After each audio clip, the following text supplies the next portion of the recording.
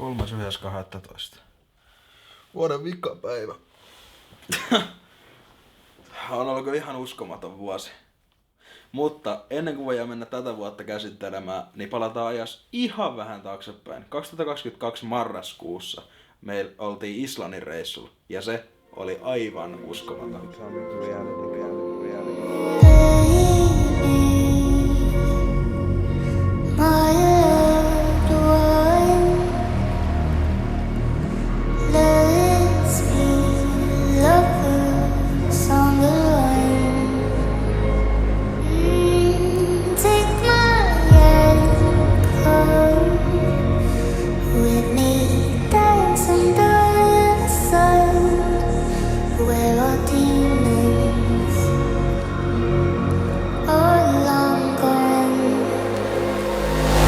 Let's be lovers on the way.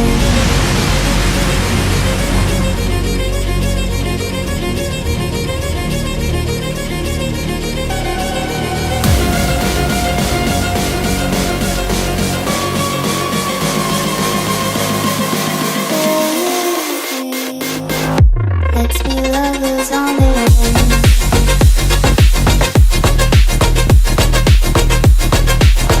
Tuosta reissusta lähti käyntiin uusi ajanjakso mun elämässä, joka johti siihen, että mä voin sanoa, että mä oon elänyt tänä vuonna mun parhaan vuoden. Mut Islannin reissun jälkeen piti päästä näkemään maailmaa vielä vähän lisää, joten me päätettiin Jeren kanssa, että lähdetään kattoo Italiaa vielä ennen joulua. Ja se vasta oli ihan uskomaton reissu. Oishan se voinut paremminkin mennä. No ehkä. Siis tää äijä, mä oon tekemässä tsekin niin. Ja mä katon vaan, että hei, et kai sä tiedät, että sun passi ei oo voimassa. Nyt kävi niin, etten pääs nyt Italiaan, mutta Antsa lähtee ja mä tuun huomen perässä.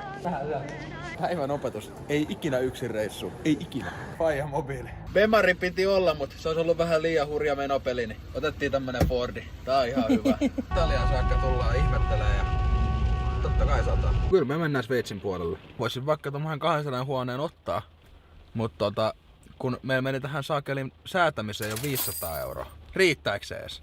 Sotku. Lento oli 250. Mulla on mennyt se... Lähdetäänkö Sveitsiin? No kiitos Sveitsi, oli hieno nähdä. Pizzaa pizzan kotimaassa. Pelkät sä korkeat paikkaa? En mäkään. Visuja! Mansikkapoju. Meihän istuskelemaan.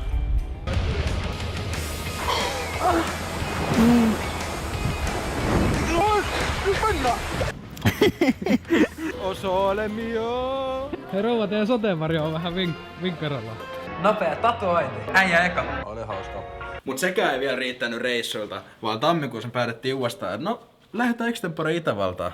Ja se oli just nimenomaan mitä Extempore reissu on. Mistä Itävaltaa tunnetaan? Muusta kuin Alpeista ja Viinistä. Mä en tiedä. Itävalta on vähän silleen random. Miksi me tultiin tänne edes? Valmiiksi jos mä nukahdan sokeen. Yeah. Sweet Caroline. Ihan pirun hieno. Ai että.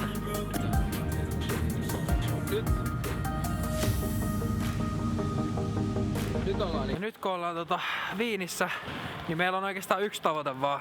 Ja se on...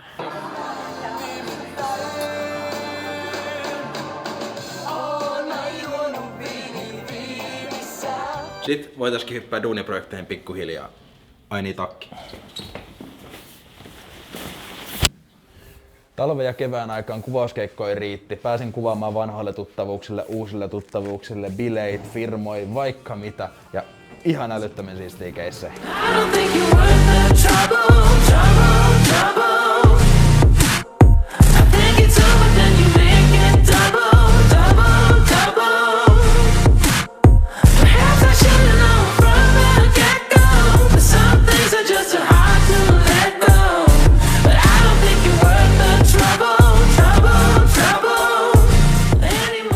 Syksyn tulles me päästiin myöskin tekemään Autolle.com-konsernille 3 eri liiketoiminnalle lyhyt videoita ja se oli ihan älyttömän siistiä. Shoutout Jerelle myöskin. 3 autoa, mitä tällä hetkellä kannattaa tuua Euroopasta Suomeen. Top 3 mukavimmat vaihdekepit. Tän hienompaa Hondaa, että muuten ikinä nähnyt. Ai Kiina on paskaa. Tänään me kysytään ihmisiltä. Saat 20 tonnia käteen. Minkä ajoneuvon sä ostat? Hei, onko sullakin maksuhäiriömerkintä? Meidän tekemät videot tuotti ensimmäisen kuukauden aikaan yhteistyöstä yli 650 000 näyttökertaa TikTokista. Mun mielestä se on aika hyvä. Duuneja on tullut tehtyä ja siitä palkintona mä teen myöskin eniten rahaa, mitä mä oon elämäni aikana ikinä tehnyt vuoden aikana. Olipa tyhmät sanottu, mut kumminkin. Mut se tuli myöskin hintalapun kanssa. Mä oon tehnyt tänä vuonna enemmän töitä kuin oikeastaan varmaan koskaan. Ja sen takia mä oon ollut myöskin todella uupunut. Mut joo, ei mä asistella sen enempää. Ollut aika uupunut silloin tällöin, mut se on osa elämää. Sitten päästään mun lemppariprojektiin tästä vuodesta. Nimittäin Sällit-podcastiin. Alkuvuodesta me mietittiin Jere ja Sakunkaan, että pitäisikö mehän ottaa podcasti, kun me tehdään kaikennäköistä tällaista muutenkin ja meillä on kampeet ja kaikki valmiin. Et mikäs siinä? Aloitetaan vaan. Ja sillä ilmeisesti oli kysyntää, koska ensimmäisen 9 kuukauden aikana me saatiin noin 140 000 striimiä käytännössä jauhamalla paskaa. Ja niin, TikTok-näyttökertoihan ei lasketa yli 2,5 miljoonaa. Se on aika paljon. Mut kaikkein siistein tässä projektissa on ollut ne kaikki kymmenet viestit, mitä me ollaan saatu ihmisiltä. Me ollaan oikeasti autettu tai parannettu päivää jollain tavalla meidän tyhmillä jutuilla. Aika siistiä. Mikä on parasta miehenä olemisessa? Elämän yksinkertaisuus. Kun on mimmit vetää kaiken niin vaikeaksi. Mä olin vitun vihanen, kun se vei Madeleine Kleinen. Mitä tekisit, jos olisi sitten päivän naisia? Saku, miten krapula parannetaan? Okay. Tää on pari stagea. Eka sä heräät. Jos hyvä tuuri käy. Kuinka usein äijät runkkaa? Kai se riippuu ihan äijästä. Kai se vähän riippuu. Mä tienasin 1 000. Verokarho tulee sieltä silleen, että et hän tienannut. Tyyli 5 1 000. Sä tienasit 600. Ai niin. Ne matkustushommat jäi vissiin vähän kesken aikaisemmin. Sen tammikuun Itävallan reissun jälkeen meillä oli semmoinen fiilis, että on pakko päästä laskettelemaan. Niin me päätettiin suunnata Voikenka Rukalle.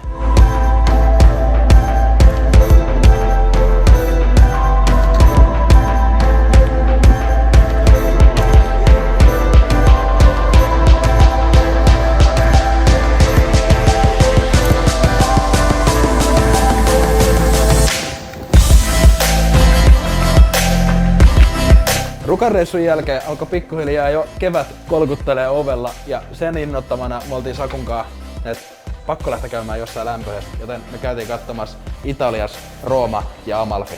Ja se oli ihan pirun siistiä.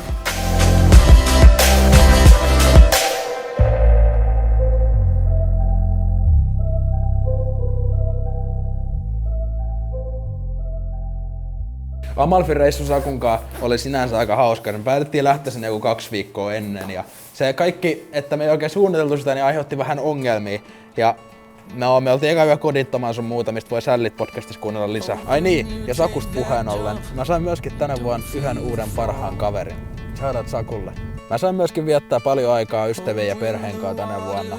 Kaikki pysyi terveenä ja eikö se ole kumminkin kaikista tärkein asia. Tänä vuonna on tapahtunut niin paljon asioita, että mä en varmasti muista kaikkea. Mut täältä lähtee tulee sarjatuloksella. Järjepästä drone ilmaan. Jäin jumi auton kanssa Alpeille Sveitsin ja Italian rajalla. Join viiniä Viinissä. Join autossa keskellä Alppeen lumimyrskys. Vietin monet kavereiden synttärit. Kävin treenaamassa, ainakin alkuvuonna. Hengasin toimistolla Saku ja Jeren kanssa. Otin mun ekan tatuoinnin. Otin kans 12 tatuointia lisää. Hommattiin Jeren kanssa auto. Kävin laskettelees. Nukuin yhden on kodittoman uimavaltorissa Italiassa. Tulin poliisien uhkailussa Italiassa keskellä yötä. Söin pastaa ja pizzaa niitten kotimaassa. Kuvasin afro. Kuvasin toiset afro. Kuvasin vaikka kuin monet eri bileet. Pääsin kuvaamaan artisteja eri keikoille tapahtumissa. Esimerkiksi Jamboa, Sexmania, Gettomasaa, Pihlajaa, Arrest, Jami Falttini, Rehabi, Hardwelli, David Ketta ja vaikka mitä muita. Näitten lisäksi näin monia keikkoja ja pääsin näkemään unohtumattomia esityksiä, kuten Machine Gun Kellyn ja Zara Larssonin. Olin katsoa Suomen futispeliä 2 kertaa. Näin Venetsia, näin Toblerone vuoden. Näin Iben ainun keikan tänä vuonna. Kävin Kidsteinhornilla. Kävin Joulupin kylässä ja sain tonttosertifikaati. Kävin Karjärvi huimassa Jeren kanssa keskellä talvea. Tein ja söin paljon hyviä ruokia. Äänitin yli 40 jaksoa podcastia. Kävin kesällä uimassa. Paljon. Olin 3 päivää ruississa. Olin meripäivillä. Olin 3 eri häissä. Ajoin siistejä. Vietin monta saunailtaa tärkeitten ihmisten kanssa. Urheilin. Aloitin nyrkkäillä. Sypin veteen monista paikoista ei muut tyhmiä juttuja. Olin öissä.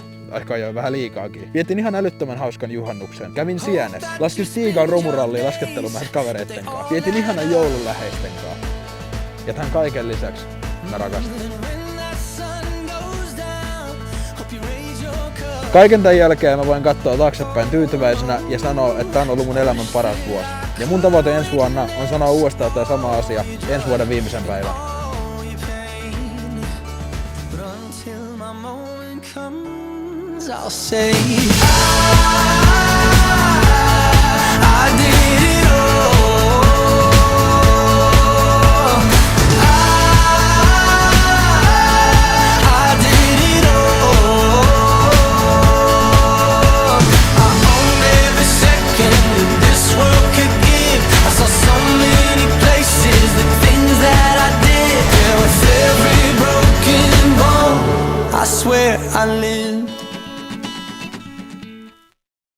It's beautiful here in Italy coast.